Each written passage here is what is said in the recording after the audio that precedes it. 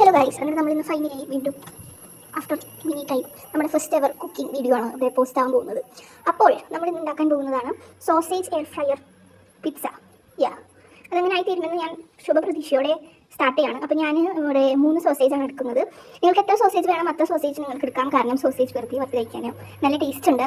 ഞാൻ 3 സോസേജ് എടുത്തത് ആക്ച്വലി ഞാനൊരു പിസ്സ ആയിരിക്കും ഉണ്ടാക്കുന്നത്, ഡോ അനുസരിച്ചിരിക്കും.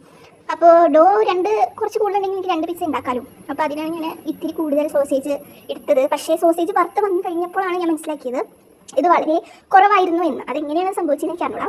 അപ്പോൾ നമ്മൾ പാൻ വെച്ചിട്ട് നമ്മൾ ഓയിലാണ് ഒഴിച്ച് കൊടുക്കുന്നത്. ഓയിൽ ഒഴിച്ച് കൊടുത്തതിന് ശേഷം നമ്മൾ അത് വെറുതെ ഇട്ട് നമ്മൾ ജസ്റ്റ് സോട്ടേ ചെയ്ത് കൊടുക്കണം. കാരണം നമ്മൾ അധികം നേരം അതിൽ കരിച്ച് കളയുന്നില്ല, കാരണം ബേക്ക് ചെയ്യുമ്പോൾ ഓൾറെഡി അത് കുറച്ചും കൂടി കുക്കാവുമല്ലോ. അപ്പോൾ ഒരു മീഡിയം, അങ്ങോട്ടുമില്ല ഇങ്ങോട്ടുമില്ല എന്ന രീതിയിൽ വേണം നമ്മൾ നമ്മുടെ സോസേജ് വറുത്തെടുക്കാൻ. Actually starting of should be like ഈസ്റ്റൊക്കെ ഇട്ട് നമ്മുടെ എന്താ പറയുക ഡോ പ്രിപ്പറേഷൻ ആയിരിക്കണമായിരുന്നു. പക്ഷേ ഇപ്പോൾ നിലവിൽ എൻ്റെ ഈസ്റ്റ് ഇല്ലാത്തതിനാൽ ഞാൻ അതിന് മുൻപ് ആവശ്യമുള്ള സോസേജ് പിന്നെ വൈറ്റ് സോസ് ഒക്കെ ഉണ്ടാക്കി വെക്കാമെന്ന് തീരുമാനിച്ചു. ബിക്കോസ് അറിയാലോ, നമ്മൾ വെറുതെ ഇരുന്ന് ടൈം വേസ്റ്റ് ചെയ്യരുത്. നമ്മൾ കുക്ക് ചെയ്യാൻ കയറാണ് എന്ന് തീരുമാനിച്ചാൽ നമ്മൾ എന്തെങ്കിലുമൊക്കെ കുക്ക് ചെയ്തുകൊണ്ടിരിക്കണം, അല്ലെങ്കിൽ കുറച്ച് കഴിയുമ്പോൾ കുക്ക് ചെയ്യാനുള്ള ഇത് പോകും.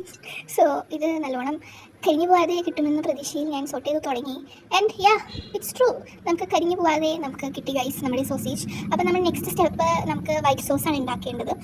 വൈറ്റ് സോസ് ഉണ്ടാക്കാന്ന് പറഞ്ഞാൽ വളരെ ഡിഫിക്കൽട്ടാണ് നിങ്ങൾ കരുതും, പക്ഷേ ഏറ്റവും ഈസി ആയിട്ടുള്ളൊരു ഇതാണ് വൈറ്റ് സോസ്. അപ്പോൾ ഞാൻ നോക്കിയപ്പോൾ നമ്മുടെ സ്റ്റൗ ഒക്കെ പല ദിനൊക്കെ കിടക്കുന്നു.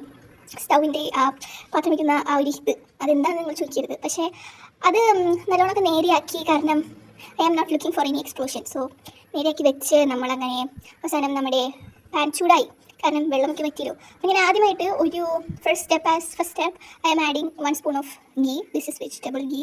ഓക്കെ, 1 സ്പൂൺ ഗീ ഞാൻ ആഡ് ചെയ്ത് കൊടുക്കുന്നുണ്ട്.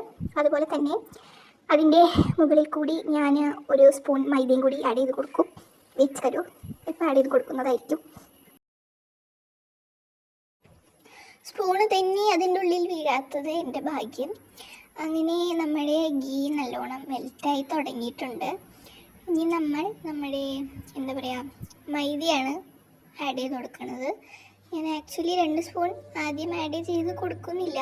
ഞാൻ ആദ്യം 1 സ്പൂൺ വെച്ച് തുടങ്ങി പയ്യാണ് രണ്ടാമത്തെ സ്പൂൺ ഞാൻ ആഡ് ചെയ്ത് കൊടുത്തത്. അങ്ങനെ നമ്മൾ മൈദ ഇട്ട് അപ്പം തന്നെ മിക്സ് ചെയ്ത് കൊടുക്കണം, അല്ലെങ്കിൽ മൈദ കട്ട പിടിക്കും. സോ അത് ഒന്ന് ചൂടായി വന്നപ്പോഴേക്കും നമ്മൾ 1 കപ്പ് പാല് അതിലേക്ക് ആഡ് ചെയ്ത് കൊടുത്തു. ആക്ച്വലി 1 കപ്പ് പാലിന് 1 സ്പൂൺ മൈദ മതി. പക്ഷേ ഇതാവാത്തതിനാൽ എനിക്ക് പിന്നെ കൂടുതൽ ക്ഷമയുള്ളതിനാലും ഞാൻ 1 സ്പൂൺ മൈദയും കൂടി ആഡ് ചെയ്ത് കൊടുത്തു. എന്തിനാണാവോ എനിക്കറിയില്ല. അപ്പോൾ പെട്ടെന്ന് അത് കട്ടുപിടിക്കാൻ തുടങ്ങി. പിന്നെ നമ്മളുടെ കയ്യിൽ കിട്ടിയത് കല്ലുപ്പായതുകൊണ്ട് ഞാൻ സൂക്ഷിച്ചും കണ്ടും 2 തുള്ളി ഉപ്പാണ് ഞാൻ ചേർത്ത് കൊടുത്തുള്ളൂ. കാരണം ഉപ്പ് കൂടിയാൽ പിന്നെ നമുക്ക് കുറയ്ക്കാൻ പറ്റില്ല, കുറഞ്ഞ് നമുക്ക് വേണമെങ്കിൽ കൂട്ടാൻ പറ്റും.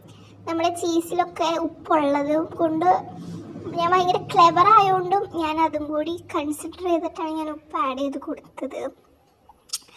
അങ്ങനെ അത് അവസാനം ഞാൻ വിചാരിച്ച പോലെ കട്ട പിടിച്ച് തുടങ്ങി. അപ്പോഴാണ് എനിക്ക് ഓർമ്മ വന്നത് ചീസ് ഇടണം. എൻ്റെ മാതാജി ചീസ് കൊണ്ട് ഫ്രീസറിൽ വെച്ചത് കൊണ്ട് വളരെ എളുപ്പത്തിൽ എനിക്ക് ചീസ് പൊളിക്കാൻ കിട്ടിയോണ്ടാണ് നിങ്ങൾ ഇത്രയും ലാഗ് ഇവിടെ കാണുന്നത്. അങ്ങനെ അവസാനം ഞാൻ ആ ചീസ് എങ്ങനെയോ പൊളിച്ച് കഷ്ണമാക്കി അതിലേക്ക് ഇട്ടു. ബട്ട് അപ്പോഴേക്കും അത് എൻ്റെ കൈ വിട്ടു പോയിരുന്നു. എനിക്ക് എന്ത് ചെയ്യാനാ, എൻ്റെ കുറ്റമല്ല ഗൈസ്. അങ്ങനെ ഞാൻ അവസാനം നമ്മുടെ സ്റ്റൗ അങ്ങോട്ട് ഓഫ് ചെയ്ത് ഇതങ്ങോട്ട് മിക്സ് ചെയ്ത് തുടങ്ങി.